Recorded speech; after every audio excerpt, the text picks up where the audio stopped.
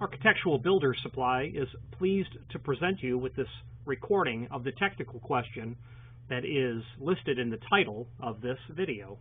This call may be monitored and recorded for quality assurance.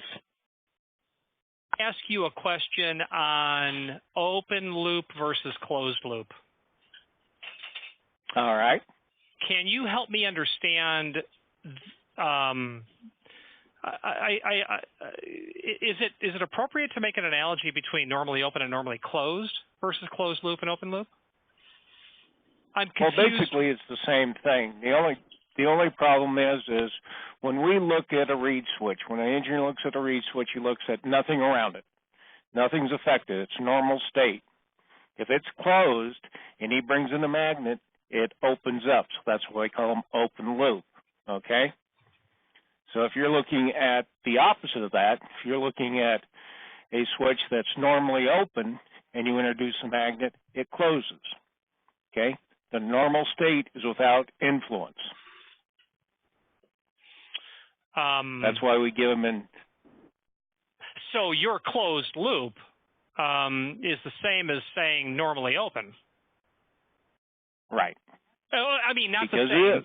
But there's nothing influencing it. There's nothing influencing. It's normal state. I understand. You take it out of the box, you hold it in your hand, that's it. Okay. Yep. Thank you. I really appreciate it. I'd like to understand something before I try to talk to somebody about it. Well, yeah. I mean, basically, when somebody says normal, you're not influencing it. It's in its normal state. When I influence, I've changed the state of it, and I've also changed the configuration of it.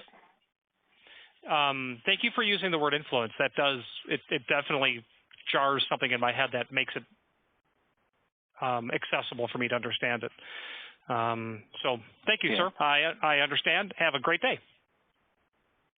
All right. Bye. Thank you. Bye-bye. Again, calling back about that switch. May I ask a follow-up question? Yeah. So in a closed loop switch, that is, the electrical configuration is normally open. Well, yeah, I mean, in a closed loop switch, when the magnet's present, you have continuity. Okay?